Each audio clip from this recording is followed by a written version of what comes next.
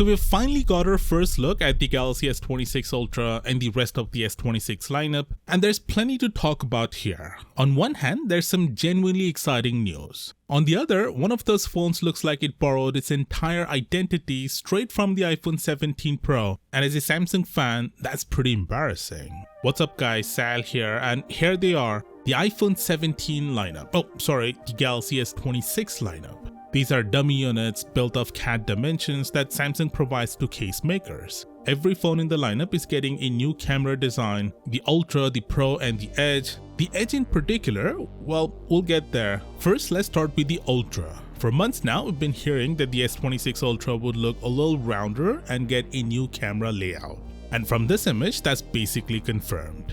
The good news is it's not overly round like an iPhone. It's more in line with the S25 Plus, and that's actually a nice balance. Personally, I've always been a fan of boxy designs, but I'll admit, this doesn't look bad. Fun fact, all the S26 models share the same level of rounded corners, so the lineup feels more consistent this time. As for the camera module, it works for me too. I even put together a render based on this image, and honestly, it looks good. But hey, if you disagree, let me know.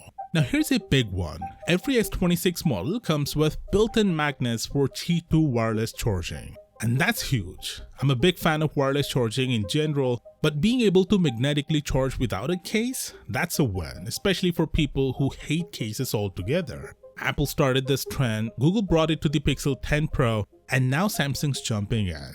Copying isn't a bad thing when it's genuinely useful feature, and this is one of those. What's even more impressive is that despite having magnets inside, the S26 Ultra will still support the S Pen with built-in slot. Normally, magnetic fields interfere with the S Pen functions, so I don't know how they pulled this off, but as long as it works, no complaints here. Camera-wise, the only sensor upgrade is happening on the 3x telephoto, but the main and periscope cameras are both getting aperture improvements, and that's important because it should noticeably improve image quality in low-light situations. Moving on to the S26 Pro, it's rocking the same new camera design, but I'll be honest, I'm a little disappointed here. I was hoping the Pro would be more like a mini Ultra now that they've changed the name, but nope, it's still 3 cameras just like before. Hopefully at least the main camera makes the jump to 200 megapixels to justify the name change. Otherwise it's just branding with nothing behind it. And then there's the S26 Edge.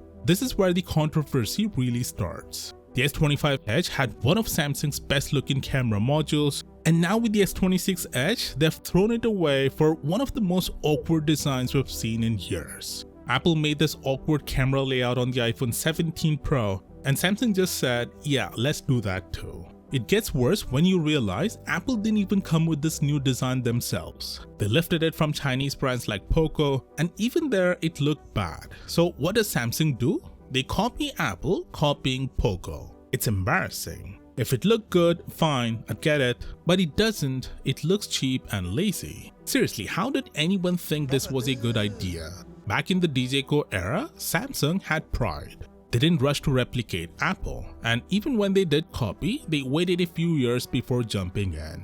Now, they see Apple doing something, good or bad, and they immediately chase it. It makes them look desperate and they don't even try to hide it anymore. It's embarrassing. And that's a real problem here. Samsung is starting to lose its identity. Instead of leading with their own bold design language, they're blending into crowd and slowly becoming the Apple of Android. And you know the worst part? On the iPhone 17 Pro Max, that extra space on the camera island doesn't do anything. It's just there, and I'm pretty sure the same is true for the S26 Edge as well. So yeah, that's the Galaxy S26 lineup as it stands right now. The Ultra looks promising, the Pro feels like a missed opportunity unless they go with the 200 megapixel setup, and the Edge, well, that's gonna spark a lot of debates. Personally, I think Samsung is making a mistake chasing Apple this closely, but I'd love to hear what you think. Drop a comment, I'll be active down there, and let's have a real conversation about it. And if you want more, I've got 5 additional updates about the S26 Ultra. Click right here and I'll see you there.